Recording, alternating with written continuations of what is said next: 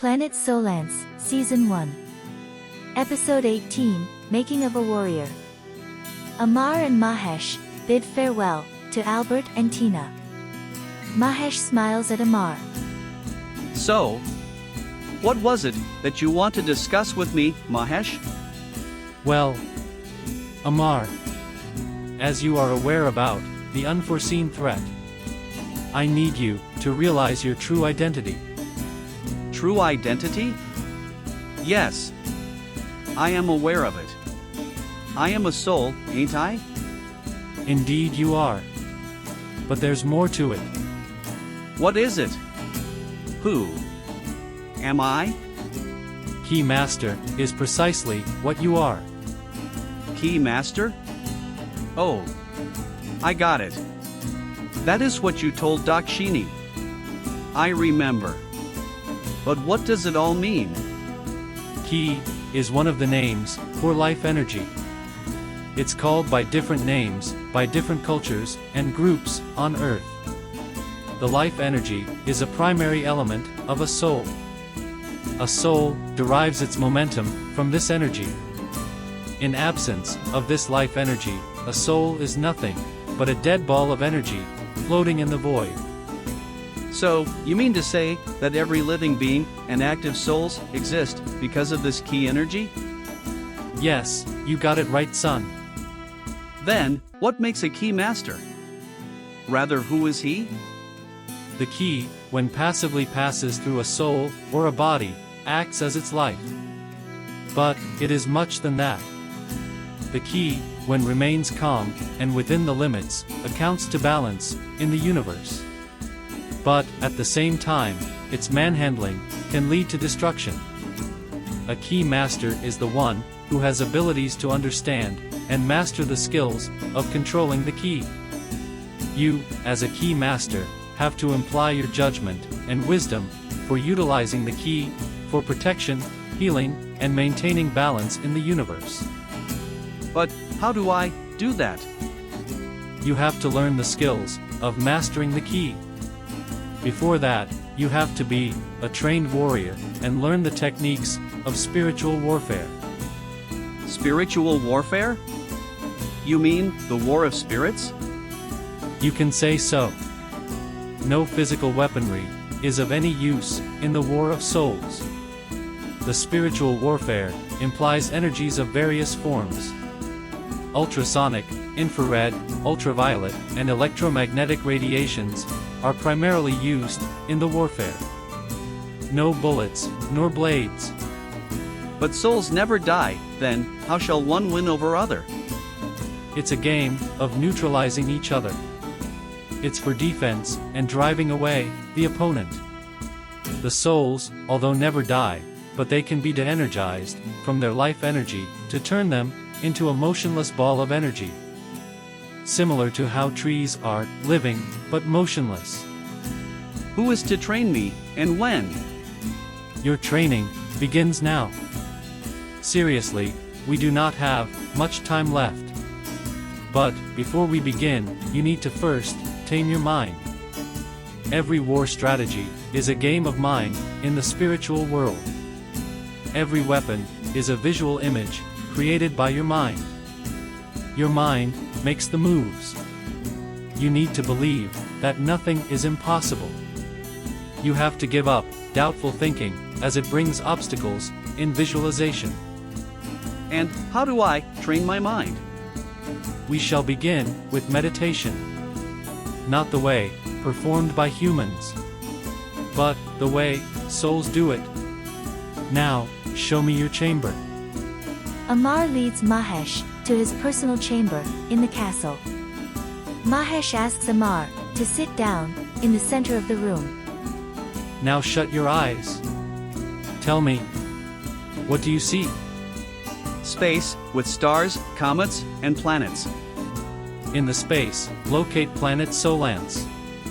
Do not open your eyes. Try to locate it through your imagination.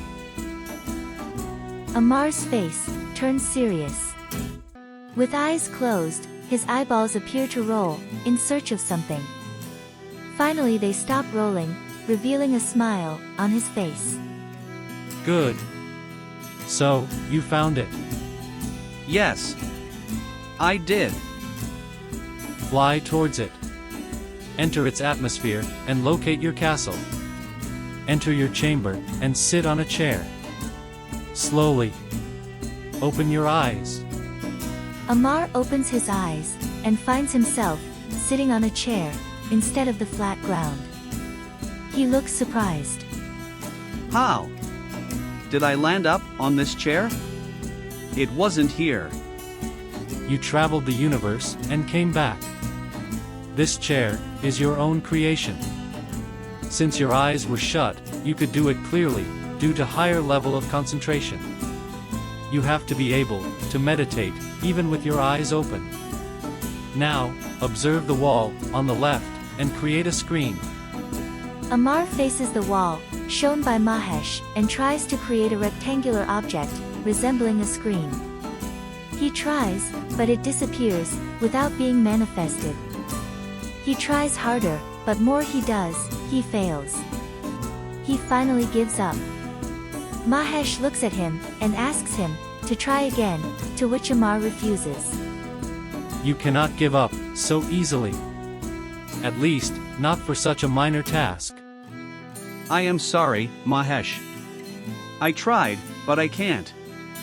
This excuse wouldn't spare you in a war, Amar. If you don't strike back, your opponent shall make you perish. But how can I? I tried it. You saw, didn't you? You did, but you allowed your ego to interfere. My ego? I have no ego. What makes you say so? You had almost succeeded the first time. You tried again. But, the next time, in disappointment, you felt embarrassed, with your ego forcing you to give up. The fear of losing is more dangerous than your worst enemy, whom you shall face. Let the embarrassment pass by. There's no harm in failing. Never allow your ego to nurture on your embarrassment. Try again, and you might succeed. Amar shuts his eyes, and calms his mind. He opens his eyes, stares at the wall, and smiles. He moves his palms, in a gesture of creating a rectangular object. Finally, an object resembling a large, flat, wall-mounted television screen appears on the wall. Amar looks at Mahesh and smiles. Great try. So, was this something that you dreamt of owning while you were alive on Earth? A huge, wall-mounted television? Yes. It was my dream, but I could never purchase one. Can I watch the telecasts from the Earth on this screen? Go ahead and try. It's all part of your imagination. You can even watch the incidents that are not recorded. Your mind is its remote control to display whatever you want. What would you like to see? I want to see the boss. Go ahead and ask the screen to show it. Amar faces the screen and commands it to show the boss through his mind. The walkthrough of a deep dark forest appears on the screen, leading them to a cave. The door of the cave opens, and the walkthrough reveals the interiors of the cave. The cave appears to be huge and infested by bats, snakes, and other reptiles from within. The walkthrough leads to a crater and drills inside it. Deep below the crater is seen a huge box studded with trident. The box is shown as containing a violet stone glowing brightly. The display on the screen goes still. What is this stone? That's what you wanted to see. The boss. So, you mean to say that this immobile stone is a threat to planet Soulance? Immobile. Yes, it is. But, not a stone. It's a capsule that has trapped his soul. His soul is inactive right now, but it is still powerful enough to grant the prayers of his followers, who are in a quest to release him. But it is so deep and even dangerous. How can they ever get here? Assuming that they are humans. Mahesh snaps his fingers at the screen, which reverses the walkthrough back to the beginning and shuts the screen. His followers are indeed humans, but powered by his companions, who are the dark souls residing in the black hole.